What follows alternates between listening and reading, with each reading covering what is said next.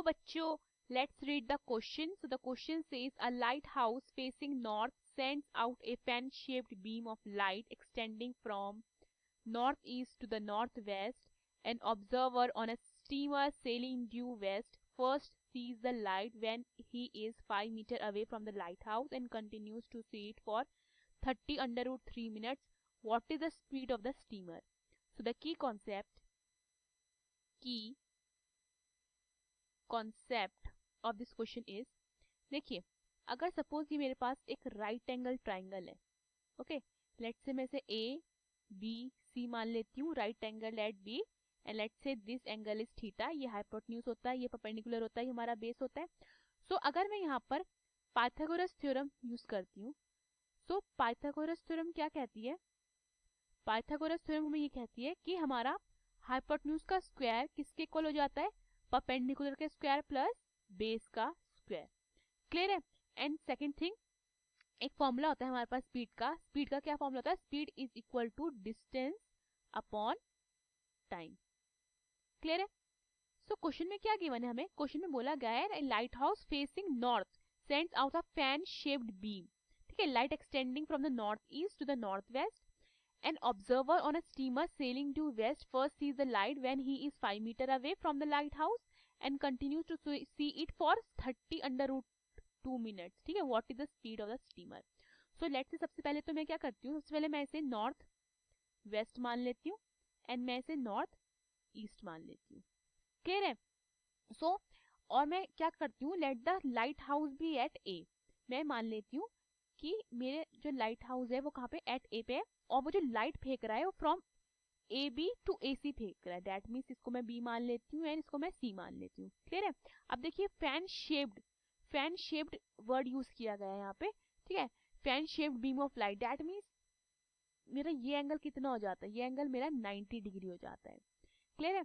अब बोला गया suppose the ship be at B. ठीक है, देखिए अगर शिप जो है बी पर है, when it first observe the light and in the last it observe it at C.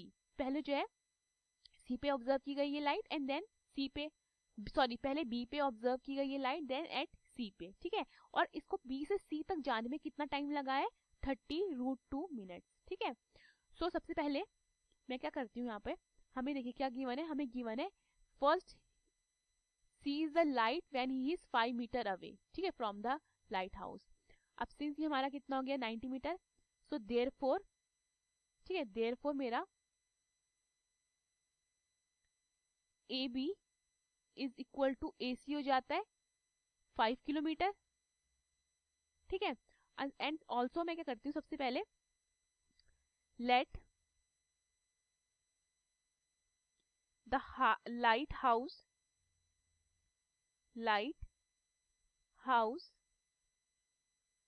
be at A. Okay, and it throws the light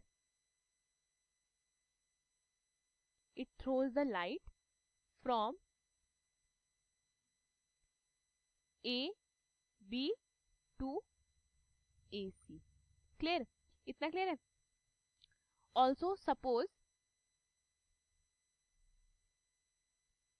the ship be at B. ठीक है, ship B पर है. when it first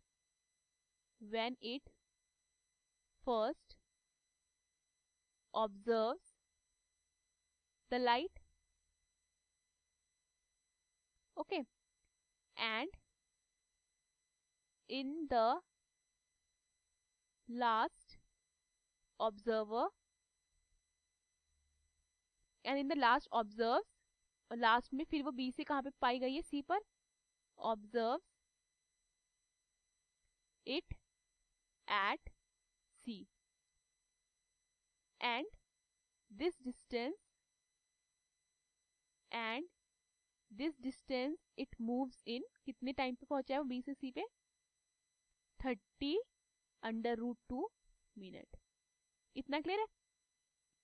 so therefore मेरा A B कितना हो जाता है? ए सी के इक्वल हो जाता है which is 5 kilometre.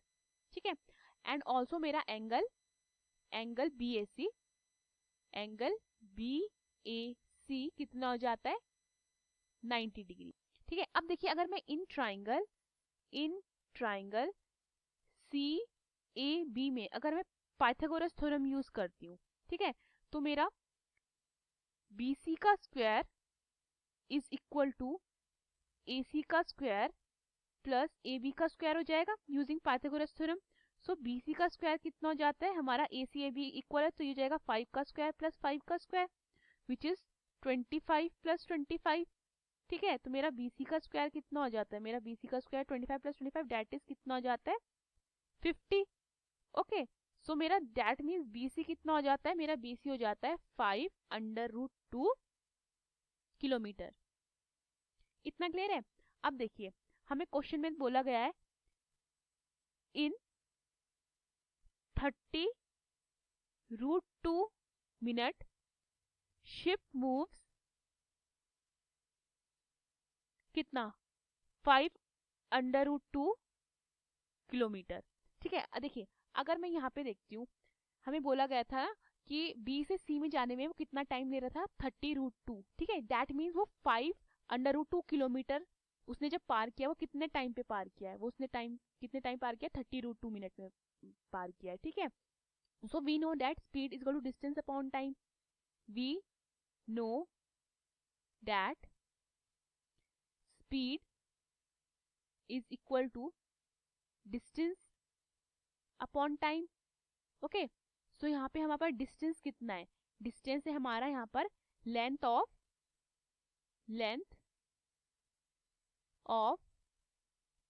CB। Okay, and time कितना है हमारे पास, टाइम उसने लिया था, टाइम को भी मैं टाइम ही लिख देती हूँ, तो लेंथ ऑफ CB मैंने कितना निकाला है 5/√2 एंड टाइम कितना लिया था उसने 30/2। इतना क्लियर है, ये उसकी स्पीड थी, ये जाती है हमारी स्पीड। तो √2 से √ कटता है, तो मेरी स्पीड कितनी आती है 1/6 किलोमीटर पर मिनट। इतना क्लियर है। सो क्वेश्चन में हमें क्या फाइंड करना है, what is the speed of the steamer. तो उसकी स्पीड कितनी आ जाती है 1/6 किलोमीटर पर minute. So the speed of the steamer is 1/6 kilometer per minute. Hope you understood the question. Thank you.